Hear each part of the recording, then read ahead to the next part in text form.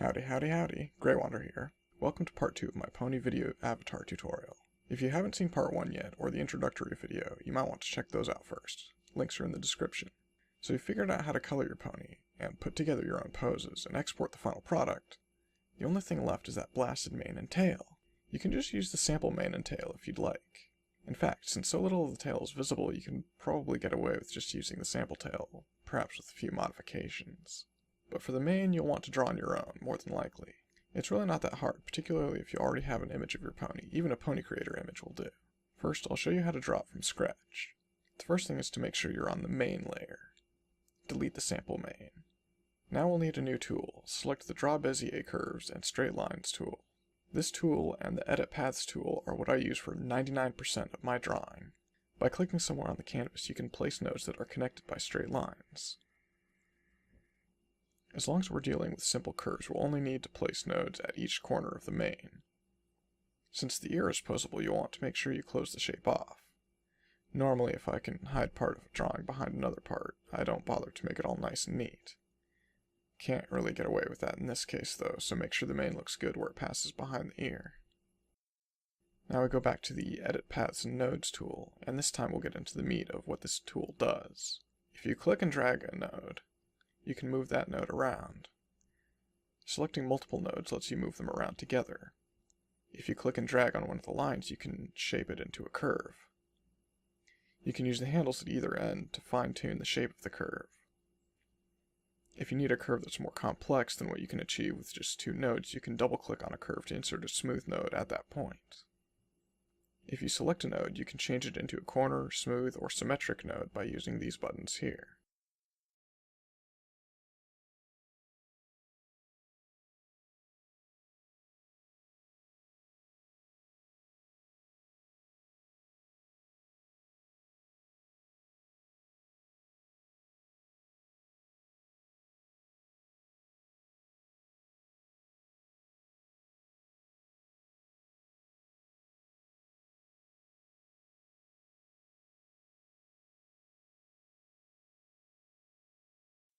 Once we have the basic shape of the mane complete, we can color it the same way we did the tail, or we can use the color picker here. Now at this point, you could definitely use Inkscape's built-in outlines if you'd like. A width of about 12 pixels should be about right. You might need to jack up the miter limit in order to get sharp points at all your corners, or you can try to tweak your curves so that the corners aren't so steep.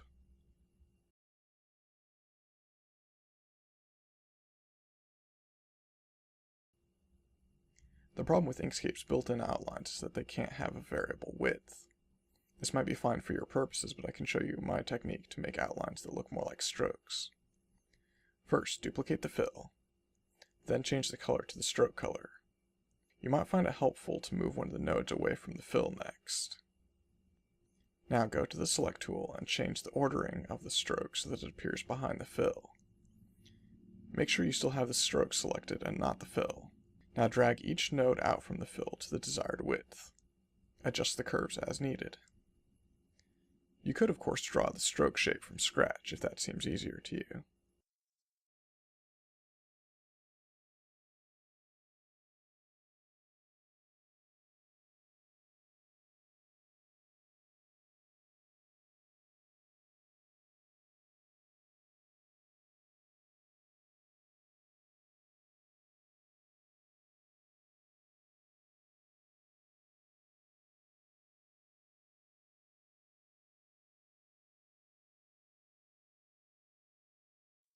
If you're having trouble drawing the mane from scratch, you can try tracing it from a pre-existing image. If you have an image of your pony already, even a pony creator image, you can import it in for tracing. Go to File, then Import, and select the image you want to import. You can just embed it, as you'll get rid of it when you're done anyway. Resize it and reposition it as needed so that it's in about the right place. Then you can just take the Bezier Curve tool and place a node in each corner and manipulate the curves to match the image underneath. You can do the same for the outline. Remember to put it behind the fill.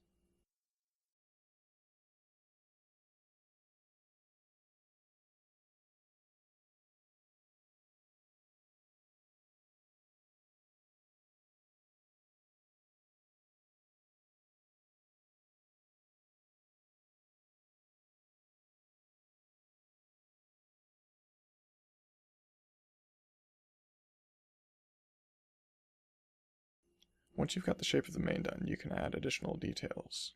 I draw Firefly's mane with a lightning bolt shape line through it, the same color as the main stroke.